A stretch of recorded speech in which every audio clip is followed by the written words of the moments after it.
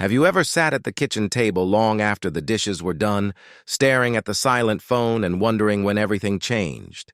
Maybe you remember when your child, whether they're 15 or 40, used to hug you without hesitation, used to hang on your every word. And now, it feels as if every conversation is a tug of war. Maybe they roll their eyes, brush off your advice, or simply stop calling altogether. It hurts, it confuses you. And if you're honest, it might even make you doubt yourself. If you've been feeling that sting of disrespect from your son or daughter, you are absolutely not alone.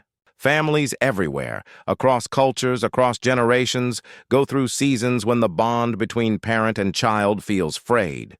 And here's the truth. The distance you feel right now doesn't have to be permanent. There are powerful, practical ways to rebuild respect, to reawaken the mutual care that once came so naturally. Before we dive in, take a slow breath with me. In through the nose, hold it, and let it out. Because this journey isn't about quick tricks or manipulative tactics. It's about real connection, one heart to another. Today, we'll explore 6 powerful approaches. Each one is a small key that can unlock a big change. The first is simple to name but challenging to practice. Remember your own worth.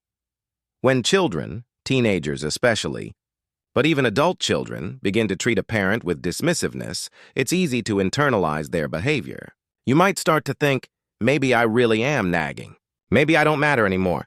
But respect begins with how you see yourself. Picture Eleanor, a retired teacher I once met in a family workshop. Her grown daughter frequently spoke over her in conversations, cut her off, even teased her gently in front of others. Eleanor used to shrink back. But then she started a quiet, private ritual every morning. She listed 3 qualities she respected in herself: patience, creativity, her ability to listen. Within weeks, she carried herself differently, chin up, voice steady. Her daughter noticed. Their dynamic began to shift, not because Eleanor scolded or demanded, but because she radiated a self-respect that couldn't be ignored. So start here. You deserve the same respect you hope to receive. Stand, speak, and even sit as someone who believes in their own value. Our second key is to lead with curiosity instead of accusation. It's natural to want to confront disrespect with, "Why are you treating me this way?" But accusations often shut doors instead of opening them. Curiosity, on the other hand, invites conversation. Think of Mark, a father whose college-aged son barely returned texts. Instead of firing off an angry message, Mark asked, "I sense some distance lately, and I'd love to understand what's on your mind. How are you feeling about our relationship?" That simple question sparked a conversation that revealed the son felt pressured to live up to expectations he'd never voiced. Curiosity diffused the tension and laid a foundation for honesty. When you feel disrespected, try replacing "Why don't you ever" with "Can you help me understand?" That shift from judgment to genuine interest can turn a potential argument into a bridge. Third, and this may be the hardest, is to set clear boundaries without anger. Respect and boundaries are intertwined.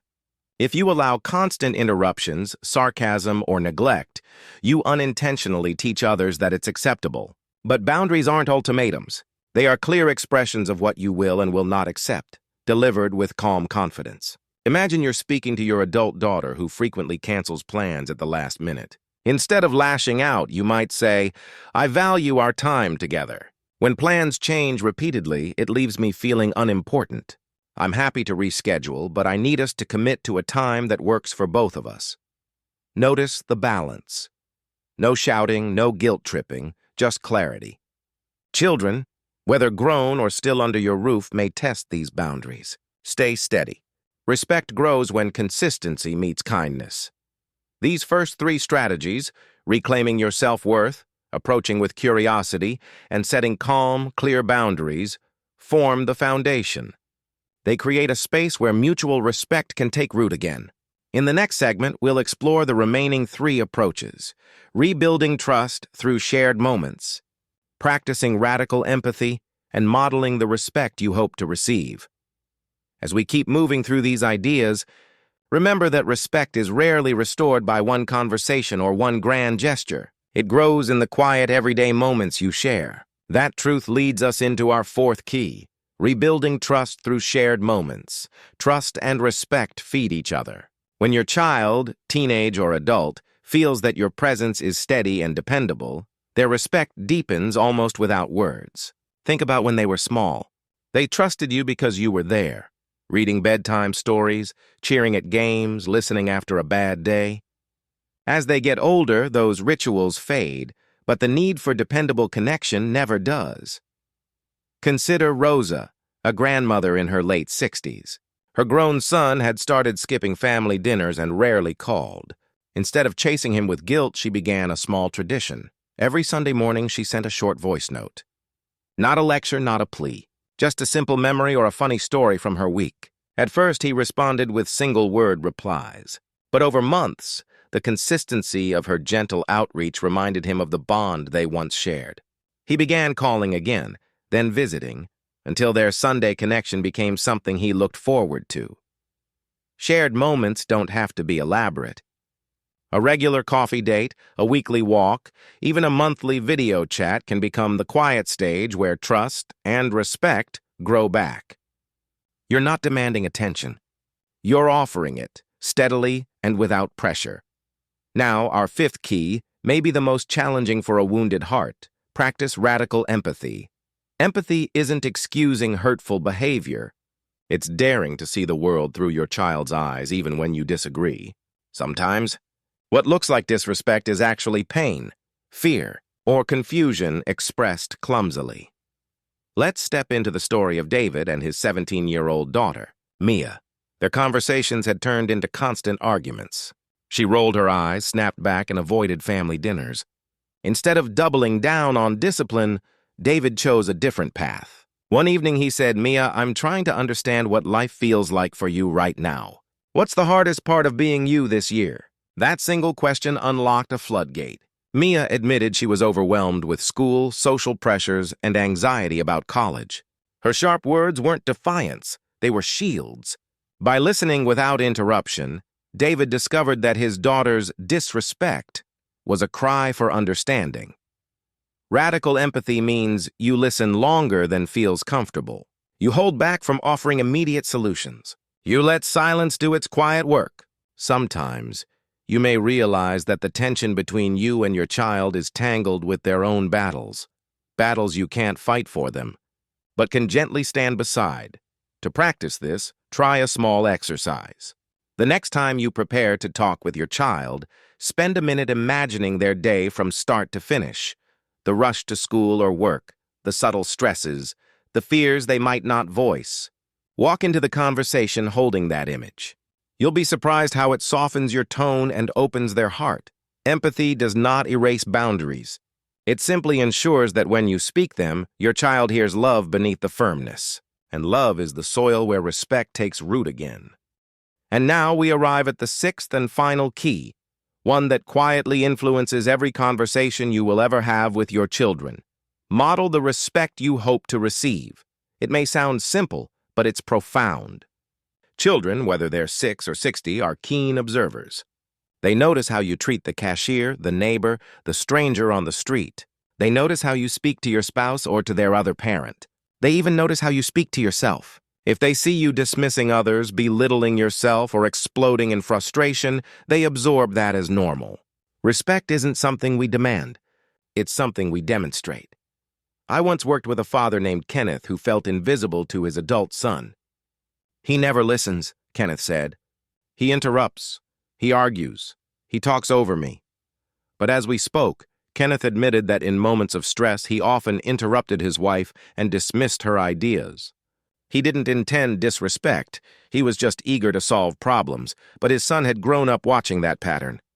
When Kenneth began consciously slowing down, saying, "Tell me more," and thanking people for their thoughts, he noticed something remarkable.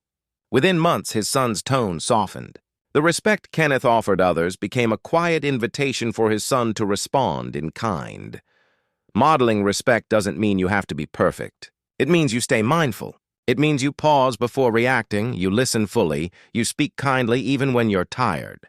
It also means respecting yourself, honoring your own boundaries, caring for your body, pursuing your interests. When your children see you living with dignity and self-respect, they learn, whether they admit it or not, that you are someone to honor. Think of it as planting a garden.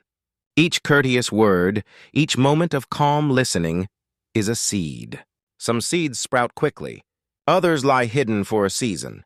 But in time, the garden grows. Now take a breath with me again. Slow in, slow out.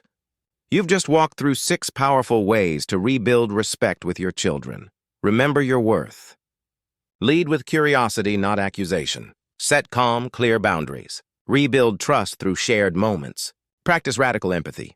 Model the respect you hope to receive. None of these are one-time fixes. They are ongoing choices. Some days will feel like progress. Others may feel like starting over. That's okay. Relationships, especially family ones, are living things. They bend, they stretch, they heal in their own time. Before we close, I invite you to picture a future conversation with your child. See yourself sitting together, maybe at a kitchen table, maybe on a quiet walk. Imagine your voice steady, warm, and kind. Imagine them listening, maybe not perfectly, but with a glimmer of the respect you've been longing for. That moment is possible. It begins today, with you. So when you feel the sting of disrespect, remember, you are not powerless. You are the heartbeat of your family's story. Choose self-respect. Choose curiosity. Choose boundaries, trust, empathy, and the quiet courage to model the very respect you desire. Over time, those choices can transform not only your relationship with your children, but the legacy of respect that will echo for generations. Thank you for sharing these moments with me. May you carry these 6 keys like small lanterns, lighting the path back to mutual honor and love.